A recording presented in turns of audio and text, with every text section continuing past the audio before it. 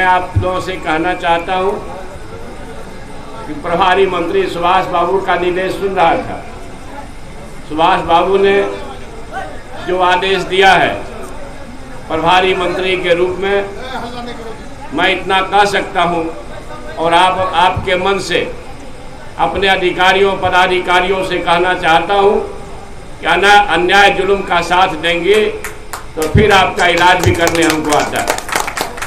अन्याय का साथ देना नहीं है। महागठबंधन की सरकार सामाजिक न्याय की सरकार है। हमारा एक जमाना था जो हमारे अश्विन भाई बोल रहे थे, कई साथी बोले, सरफराज भाई भी बोले, सुरेश पासवान जी बोले। एक जमाना था जब लोगों को सामाजिक न्याय की जरूरत थी तो हमारे लालू प्रसाद जी एक सूरमा बन के आपके बीच आए। आज आर्थिक न्याय की जरूरत है। A to Z को न्याय और इंसाफ मिलनी चाहिए। इसके लिए हमारे माननीय मुख्यमंत्री जी, बिहार विकास के विश्वकर्मा नीतीश बाबू और युवा आदर्श उप मुख्यमंत्री तेजस्वी जी का यह ब्रह्म संकल्प है कि हम सभी के साथ एक जैसा न्याय करेंगे। आपकी पट्टियां देखी सीटेट अभ्यर्थियों की, आपकी जिज्ञासा होगी। मैं आप लोगों से शुरू से, जब से मंत्रिपरिषद का पद संभाला हो तब से, और आप हमसे ज़्यादा आप सभी को पता है कि राष्ट्रीय जनता दल के एजेंडा में फिर जो बातें थी 10 लाख लोगों को नौकरी दूंगा, तो उस पर हमारा महागठबंधन अडिग है। और आप स्वाधीनता दिवस के अवसर पर विश्वास करिए, स्वाधीनता दिवस के अवसर पर इस बिहार के विश्वकर्मा नीतीश बाबू का जो संकल्प हुआ उद्बोधन में, ये सभी लोग सुने होंगे, दोहराने की जरूरत नहीं है। तो जो महागठबंधन का संकल्प आपके सामने है, यकीन मानिए आप अभ्यर्थी से शिक्षक बनने वाले हैं। थोड़ा सा प्रतीक्षा करिए, थोड़ा प्रतीक्षा करिए। आप लोगों से विनम्र अनुरोध करता हूं और एक बात का जवाब भी चाहता हूं। आज से कोई 8-9 साल पहले जिस चौकीदार के हाथ में आपने सत्ता दी, उनका जरा, अब तो जुमला ही हो गया, उनका वादा याद करिए। 2 करोड़ युवाओं को, बेरोजगारों को प्रतिवर्ष नौकरी दूंगा। दिया? हाथ उठाइए, दिया? नहीं ना? अब हम लोग सब दिन से आपको आरजेडी को सपोर्ट। धनंजय जी उत्साह में है। मैंने कहा कि 2 करोड़ युवाओं को प्रतिवर्ष नौकरी दूंगा। अभी तक मैं 16 करोड़ हो जाता तो पट्टियां लेकर के आना नहीं पड़ता। तो 16 करोड़ को नौकरी दिया कि नहीं, जरा हाथ उठा के बताइए। नहीं दिया? प्रेस वाला देखो भाई उधर में जा रहा है, तुम भी मोदी से मिल के आए हो क्या? नहीं दिया। अब उल्टे पता है, तमाम सरकारी उपक्रमों को, सरकारी संस्थानों को, रेल, भेल, सेल, BSNL, संसार, सबको बेच करके अपने पूंजीपति मित्रों का जेबी तो फट गए। आप पेट में जाने वाला, पेट में जा रहा। तो जिनने कहा 16 करोड़ को नौकरी होनी चाहिए अभी तक, उसने करोड़ों की नौकरी छीन ली। निजीकरण करके जरा गुस्सा उधर भी करना। हमारी सरकार तो देने जा रही है, हमारी सरकार देने जा रही है, चिंता मत करना। झूठ की खेती सब दिन नहीं चलती। और आज तक एक उदाहरण बता दीजिए आप कि नीतीश बाबू कहे हो और ना किए हो। मेरी चुनौती है, कोई बात नीतीश बाबू अगर संकल्प से कहते हैं तो वो करते करते जरूर हैं। इसलिए संदेह मत करिएगा, जुमलेबाजों पर जो करना हो करिएगा। क्योंकि मैंने क्या कहा, झूठ की खेती कितना दिन चलेगी? आपके सामने तो आना सबको है ना। तब है कि 8 साल में कुछ नहीं दिया, 8वें दिन में आप लोग सब कुछ चाहते। तो मेरा विनम्र अनुरोध है आप सभी से, अधैर्य मत होइए। आपको समय से पहले ही सब कुछ मिलने वाला है। आपको समय से पहले मिलने वाला। हमारे देश के चौकीदार ने कहा कि 2022 तक हर किसानों को उसके लागत का दुगनी दूंगा। आया किसान भाई? आया? जरा एक बार हाथ उठा के बोलिए तो सही। नहीं आया? आने वाला है। अब 2022 भी जाने वाला है। अब इनको भी जाने का इंतजाम करना चाहिए कि नहीं करना चाहिए? ठीक है। उसके बाद कहा 56 इंच का छाती है भैया, 56 का, 55 भी नहीं कहता था, 56 का है। एक सिर के बदले 10 सिर लाऊंगा। 10 सिर आ रहा है कि जा रहा है? जा रहा है। और कहा था सीमा सरहद की चौकसी करूंगा। चीन ने डोकलाम में 2 गांव बना लिया। सच है कि झूठ है? गूगल वाला सब लोग जानते हैं। चीन ने डोकलाम में 2 गांव बना दिया। 56 इंची नजर नहीं आता है? नहीं। फिर कहा कि भैया दुए गांव ने बनाया, राष्ट्रीय राजमार्ग बना रहा है, आ रहा होगा गूगल पर, पुल बना दिया। यहां तक कि नेपाल भी, अब नेपाल हमारा भाई है, बताइए, भारत छोड़िए, बिहार के ही आवाम अगर थूक देंगे तो नेपाल रहेगा नहीं।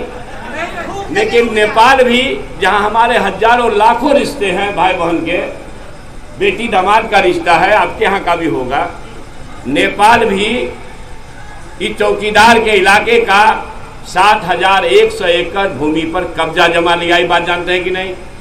मैं गूगल पर आया था, दैनिक भास्कर में छपा था। तो ये 56 इंची का है कि 6 इंची का है, जरा बताइए।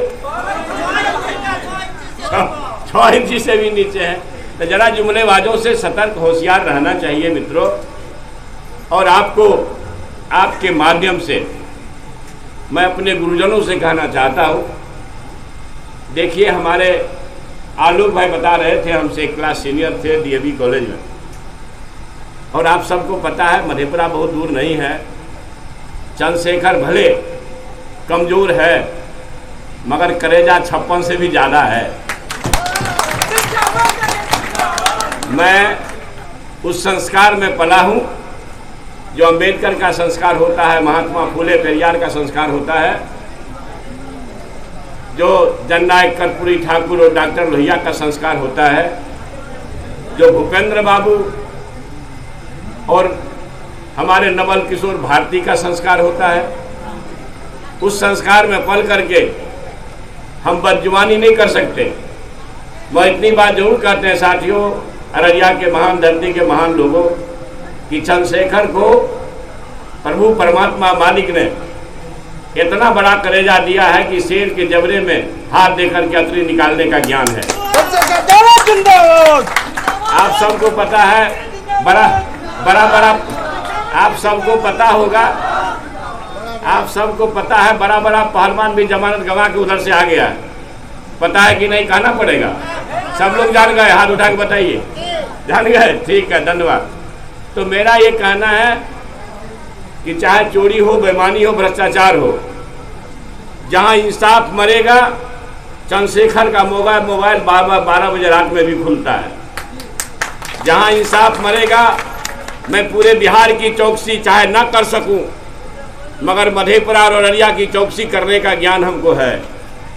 इसलिए पुनः सभी अधिकारियों से कहना चाहता हूं, पदाधिकारियों से, और जो चौथे स्तंभ है हमारे मीडिया के लोगों, प्रिंट मीडिया और इलेक्ट्रॉनिक मीडिया के लोगों, आप भी चौथा स्तंभ है, नज़र रखिएगा। जहां इंसाफ मरेगा वहां अधिकारियों पर कार्रवाई होगी, इसको कोई टालेगा नहीं। मेरे हाथ में किताब है, आप देखते होंगे, बड़े पुलिस अधिकारी है ये। इनके बारे में बता देता हूँ। किताब का नाम आप लोग पढ़ रहे होंगे, pursuit of law and order. क्या नाम है? Pursuit of law and order.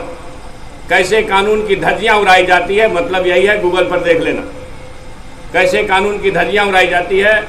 ये कर्नाटक सरकार के सेवानिवृत्त डीजी हैं। ये कौन है? ये हमारे सामाजिक न्याय के योद्धा आदरणीय लालू प्रसाद यादव जी के जो साजिश करके चारा घोटाला में फंसा गया है, उस केस का पुलिस की तरफ से 3 जांच कर रही थी एजेंसी, सीबीआई, कोर्ट और पुलिस, समान पुलिस। उस केस के ये मुख्य जांच अधिकारी थे। कौन थे? मुख्य जांच अधिकारी थे। इन्होंने किताब लिखा pursuit of law and order. इसके 26वें अध्याय में लिखा हुआ है the CBI versus Lalu Prasad. क्या लिखा हुआ है? और आपका जो गूगल है उस पर आप प्रिंट करिएगा या बोलिएगा, बोल करके भी निकलता है pursuit of law and order in Hindi, तो हिंदी में निकलेगा, फिर उसको पढ़िएगा। लालू यादव षड्यंत्र के शिकार हुए हैं कि लालू यादव को चोर बनाया गया है कि लालू यादव ने चारा खाया है, यह सत्य आपको मालूम हो, इसलिए इस किताब को साथ लेके चलता हूँ, वरना गूगल पर सबके है। थोड़ा भरोसा होगा कि किताब में लिखी बात, वो भी मुख्य जांच अधिकारी थे, इन्होंने लिखा, मैं बोलूँगा।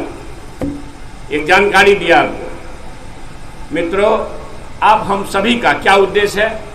मेरा घर ताकतवर हो, घर ताकतवर होगा तो समाज परिवार ताकतवर होगा, परिवार ताकतवर होगा तो समाज ताकतवर होगा, समाज ताकतवर होगा तो गांव ताकतवर होगा, गांव ताकतवर होगा तो पंचायत ताकतवर होगा, पंचायत ताकतवर होगा तो प्रखंड ताकतवर होगा, प्रखंड ताकतवर होगा तो जिला ताकतवर होगा, जिला ताकतवर होगा तो प्रदेश ताकतवर होगा, प्रदेश ताकतवर होगा तो देश ताकतवर होगा। ये बात समझते सब? किसी को कमजोर करके देश मजबूत किया जा सकता है? नहीं ना। तो देखिए, जब देश को ताकतवर बनाना है तो सभी को मिलजुल के रहना है कि नहीं? और टैक्स लगाया है अनाज पानी, तो ये 14 समंदर पार जाना चाहिए कि नहीं? ठीक है, तो ये देश चमत्कार देखेगा, ये समय की बात है। सिर्फ भरोसे के लिए कहता हूँ कि आप सुने होंगे ललन बाबू जो राष्ट्रीय अध्यक्ष हैं जदयू के, उनकी बात को सुने होंगे, ना सुने हैं तो मैं बता देता हूँ, गूगल पर देख लीजिएगा, ना तो यूट्यूब पर भी होगा। 272 में दिल्ली में सरकार बनती है, ठीक है, 303 बीजेपी के पास है, तो 272, 28, 3, 31 सीट न हुआ। 31 सीट का फर्क है भैया।